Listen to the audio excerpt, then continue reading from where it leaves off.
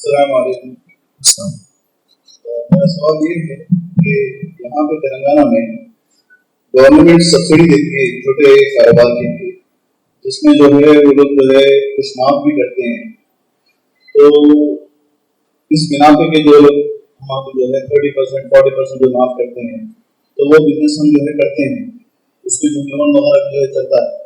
तो ये कहाँ तक गवर्नमेंट से कर सकते हैं?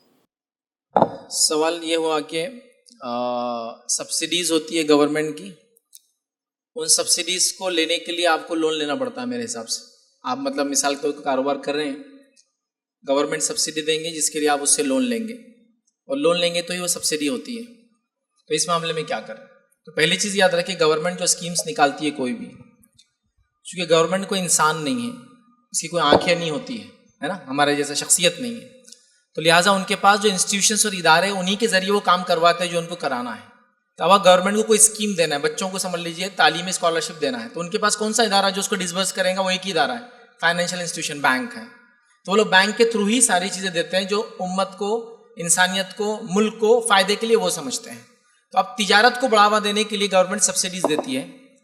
छोटे बिजनेस बहुत छोटों में तो नहीं होता है, लेकिन एक सर्टन एक लिमिट है उसकी। जैसा मिसाल के तौर पे आप 1 करोड़ का फार्म डालेंगे गोट का, तो आपको 50% की सब्सिडी मिलती है गोट फार्म पे। वो कैसी मिलती है?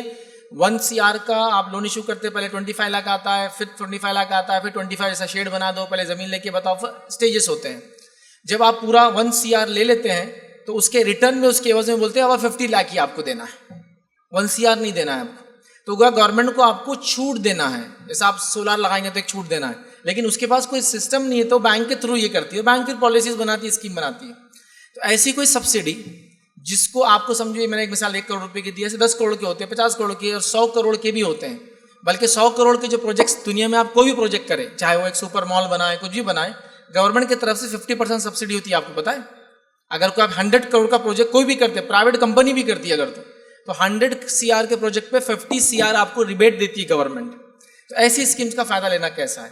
तो देखिए, ऐसी स्कीम के लिए अगर मेरे पास जो गवर्नमेंट की जरूरत है वो है 50 लाख आपके पास होना चाहिए, मतलब 50 लाख की वो स्कीम है, लेकिन आप गवर्नमेंट से लेंगे वो, और 50 लाख आपको देना है। तो मेरे पास आज 50 लाख है, मैं एलिजिबल हूं, लेकिन मुझे वो स्कीम का फायदा नहीं मिलेगा, क्योंकि अगर मैं खुद से करूंगा तो मुझे 1 करोड़ रुपए खर्च करना है उसमें। समझिए बात को।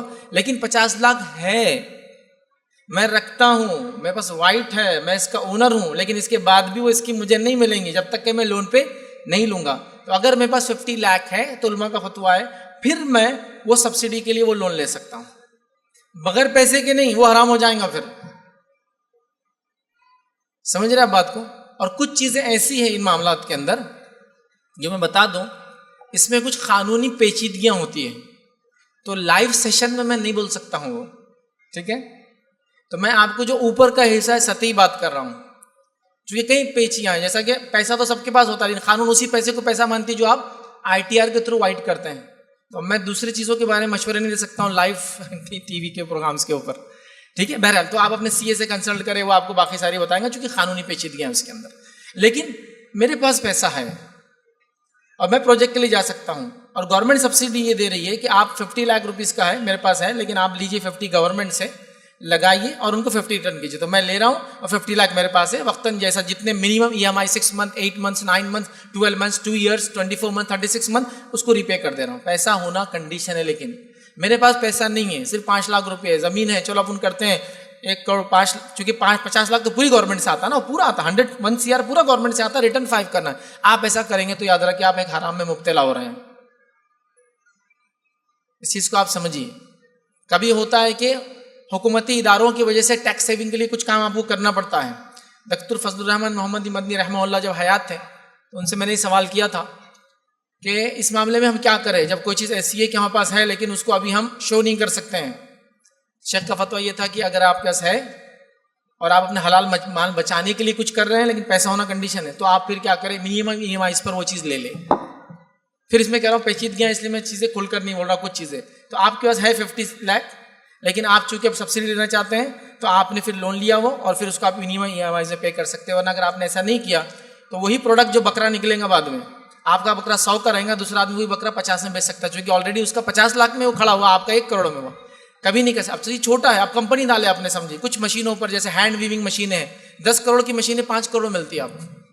अब आप 10 करोड़ की मशीन लेके आपका प्रोडक्ट निकालेंगे, वो 100 रुपये का बिकेगा, जबकि दूसरा आदमी 50 में उसको मैन्युफैक्चर करके निकालेगा।